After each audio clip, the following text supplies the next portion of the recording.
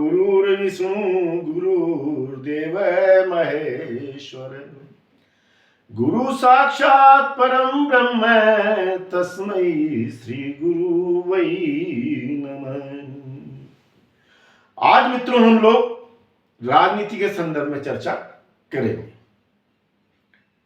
उसके प्रथम मैं एक दृष्टांत देना चाहूंगा।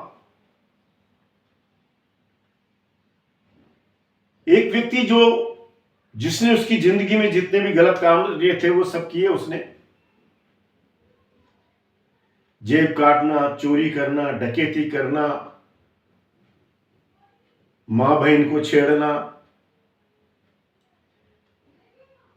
बटमारी करना, यानी जितने भी वो कर सकता था गलत कार्य उसकी जिंदगी में सर गलत कार्य उसने किए। आखिर उसका अंत समय जब आया तो उसने उसके पुत्र को बुलाया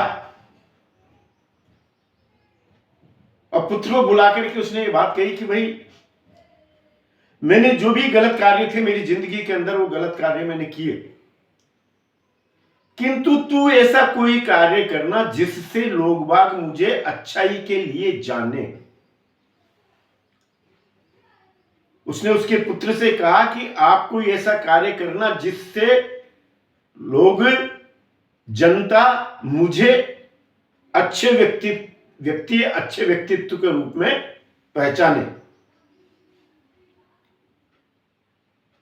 उसके कुछ समय बाद या कुछ दिनों बाद में उसकी आंख बंद हो गई, वो मृत्यु को प्राप्त हो गया।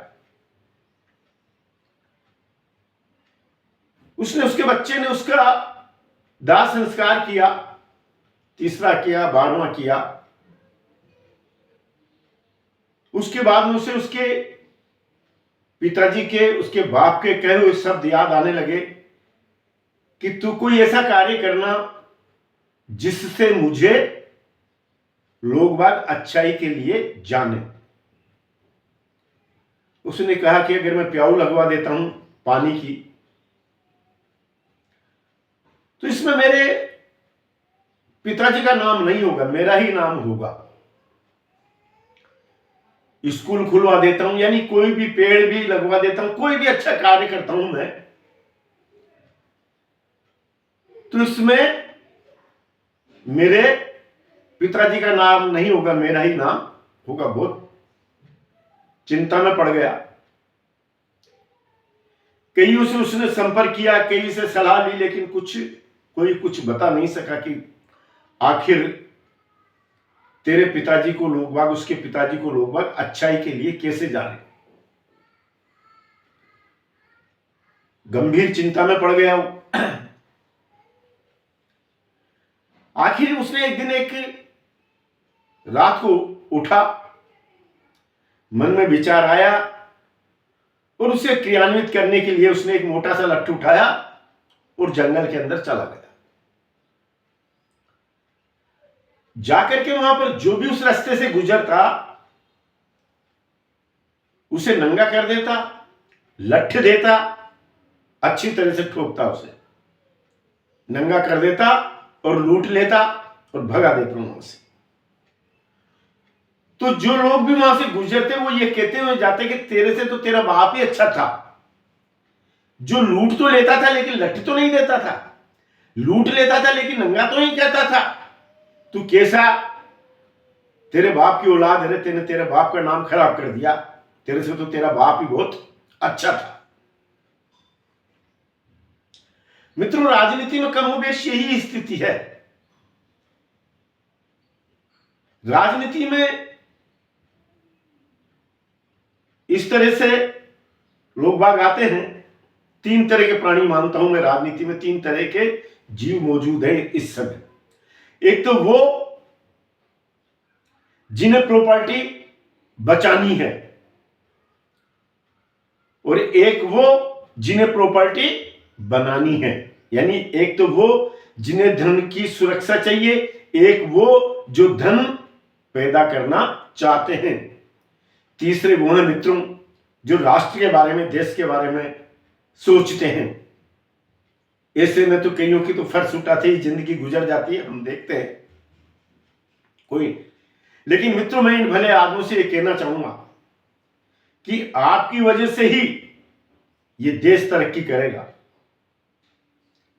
आप पीछे कदम ना लें इन चोर उचक्कों की वजह से।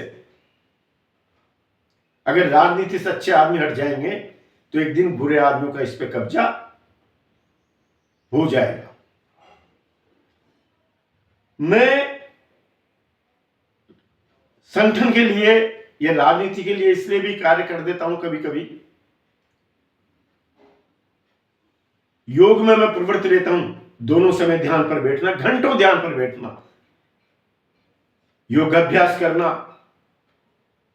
मैंने कई कई दिन मेरे कमरे में ही गुजारता हूं, दिन भर तो जैसे गुजार ही देता हूं, बाहर नहीं निकलता। लेकिन जब मैं सोचता हूं कि कभी अफगानिस्तान, पाकिस्तान, बांग्लादेश, ऐसे कई देश जिनमें भी योगी स्वच्छंद रूप से घूमा करते थे, आज वहां पर कोई घूम नहीं सकता।